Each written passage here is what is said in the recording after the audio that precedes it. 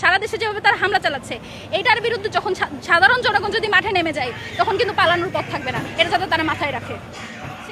এবং সবচেয়ে খারাপ লাগার জায়গা যেটা, জুবায়ের মোসাদ্দেক যে ছেলেগুলোর জন্য যারা ছাত্রদল করার কারণে গেস্ট রুমে যাদেরকে নির্যাতন করা হতো, এবং জুবায়ের মোসাদ্দেক যাদেরকে বাঁচিয়ে আনার জন্য যখন আওয়ামী লীগ তাদের উপর হামলা করতো, যাদেরকে মারিয়েছে সেই ছেলেগুলোই আজকে জুবায়ের মোসাদ্দেকের গায়ে হাত তুলেছে। এবং পরবর্তীতে রাকিব ভাই এসে আমাকে পার্সোনালি সরি বলেছেন, জুবায়েরকে পার্সোনালি সরি বলেছে, মোসাদ্দেককে পার্সোনালি সরি বলেছে।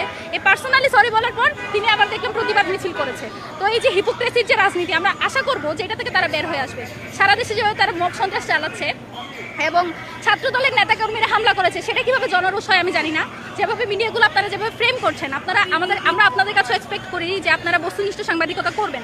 যেটা ছাত্রদল সেটাকে ছাত্রদলই বলবেন, সেটাকে জনরোষ বলে বা মব বলে হচ্ছে আপনারা করবেন না। এখন তো আপনারা মবও বলছেন না, আপনারা বলছেন জনরোষ, জনগণের প্রতিক্রিয়া। সেখানে ছাত্রদল কর্মীরাই ছিল এবং তারা যখন আমরা ভিতরে ছিলাম তখন হচ্ছে মোসাদ্দেক জুবায়েরের ফোন আমার কাছে ছিল। তারপরেও তারা এইটা বলেও তাদের গায়ে হাত তুলছিল যে তারা নাকি পোস্ট দিয়েছে, তাদের ছাত্রদলের হাতে চাপাতি আছে, অথচ এই ধরনের কোনো পোস্টই তারা করে নাই। ভিতরে যখন আমরা ছিলাম তখন আমি বলি ফোন আমার কাছে ওই ধরনের কোনো পোস্ট করেনি। তারপর তারা শান্ত হয়। এই যে এরকম এক ধরনের মব উস্কে দিয়ে যেভাবে হামলা করা হচ্ছে, এটা তো আজকে হয়তো ডাকসু প্রতিনিধিরা হামলার শিকার হয়েছে এবং তাদেরকে খুব সহজে ফ্রেমিং করা যাচ্ছে যে তারা শিবির। কিন্তু এটা যখন আজকে সাংবাদিকরা আহত হয়েছে, আজকে 10 থেকে 12 জন সাংবাদিক আপনারা আহত হয়েছেন, আপনারা দেখেছেন আপনাদের গায়ে কে হাত তুলেছে।